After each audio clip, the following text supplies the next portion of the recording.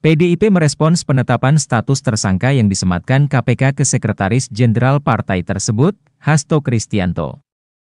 PDIP menilai penetapan tersangka Hasto memvalidasi perkataan Ketua Umum Megawati Soekarno Putri. PDIP menyatakan perkembangan kasus hukum yang menjadikan sekjennya sebagai tersangka ini adalah bagian dari politisasi hukum.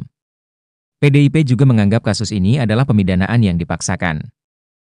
Diketahui, penetapan tersangka Hasto itu termuat dalam Surat Perintah Penyidikan bernomor Sprint, Dik 153 Dik 000112-2024 tanggal 23 Desember 2024. Hasto dijerat dengan Pasal 5 Ayat 1, huruf A atau Pasal 5 Ayat 1, huruf B atau Pasal 13 UU Tipikor.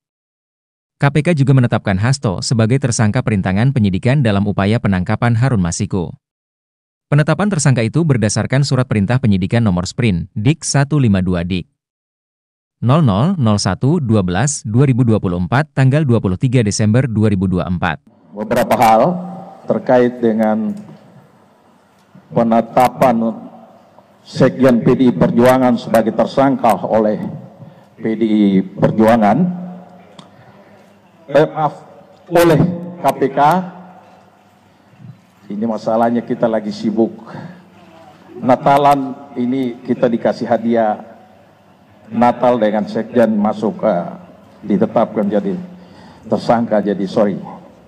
Nah, sebenarnya peristiwa ini mengkonfirmasi apa yang disampaikan oleh Ibu Ketua Umum pada tanggal 12 Desember bahwa partai akan di-out pada rencana Kongres nanti. Jadi ini sebenarnya penegasan. Jadi penetapan Sekjen sebagai tersangka hari ini semakin mengukuhkan keyakinan kami orang partai bahwa oh ya ini bagian dari membenarkan apa yang disampaikan oleh Ibu Ketua Umum. Selamat malam rekan-rekan media yang terhormat, kawan-kawan DPP PD Perjuangan. Merdeka! Merdeka! Kami akan menyampaikan sikap dari DPP PD Perjuangan terkait dengan situasi saat ini. Rilis media DPP PD Perjuangan 24 Desember 2024. Politisasi hukum dan peminadaan yang dipaksakan terhadap Sekjen DPP PD Perjuangan. 1. Status tersangka ini hanya membuktikan informasi yang beredar lama bahwa Sekjen DPP PD Perjuangan akan segera dijadikan tersangka. Hal ini juga sudah pernah disampaikan Sekjen DPP PD Perjuangan dalam podcast Akbar Faisal beberapa waktu yang lalu. Kedua, kalau kita cermati lagi, pemanggilan Sekjen DPP PD Perjuangan ini dimulai ketika beliau bersuara kritis terkait kontroversi di Mahkamah Konstitusi tahun 2023 akhir. Kemudian sempat terhenti, lalu muncul lagi saat selesai pemilu, hilang lagi. Kami menduga memang kasus ini lebih terlihat seperti teror terhadap Sekjen DPP PDI Perjuangan. Dan keseluruhan proses ini sangat kental aroma politisasi hukum dan kriminalisasi.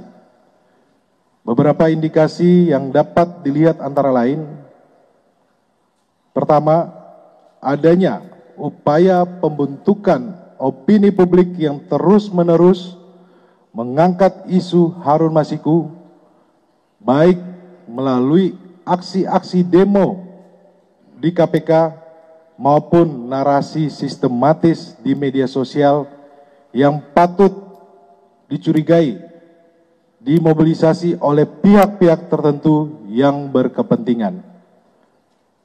Kedua, adanya upaya pembunuhan karakter terhadap Sekjen DPP PD Perjuangan melalui framing dan narasi yang menyerang pribadi. Ketiga, pembocoran surat pemberitahuan dimulainya penyidikan atau SPDP yang bersifat rahasia kepada media massa publik sebelum surat tersebut diterima yang bersangkutan. Kami menduga ini adalah upaya cipta kondisi untuk mendapatkan simpati publik. Semua dapat dilihat dan dinilai oleh publik. Ketiga, kasus suap Harun Masiku telah bersifat ingkrah atau disebut berkekuatan hukum tetap, dan para terdakwa bahkan sudah menyelesaikan masa hukuman. Seluruh proses persidangan mulai dari pengadilan tipikor hingga kasasi tidak ada satupun bukti yang mengkaitkan Sekjen DPP PD Perjuangan dengan kasus suap Wahyu Setiawan. Keempat, kami menduga adanya upaya pemidanaan yang dipaksakan, kriminalisasi, mengingat KPK tidak menyebutkan adanya bukti-bukti baru dari pemeriksaan lanjutan yang dilakukan sepanjang 2024. 5. Dugaan kami pengenaan pasal obstruction of justice hanya formalitas teknik hukum saja.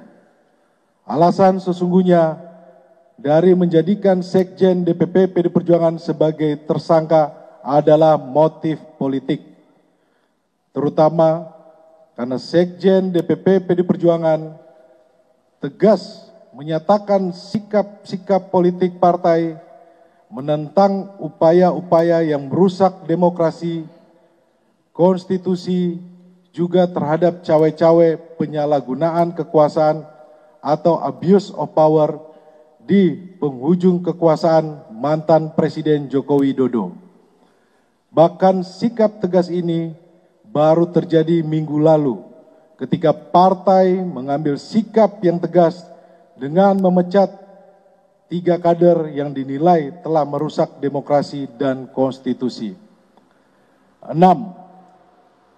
Politisasi hukum terhadap Sekjen DPP PD Perjuangan ini juga diperparah dengan bocornya SPDP kepada media massa yang seharusnya bersifat rahasia, yang harusnya hanya diberikan kepada pihak terkait.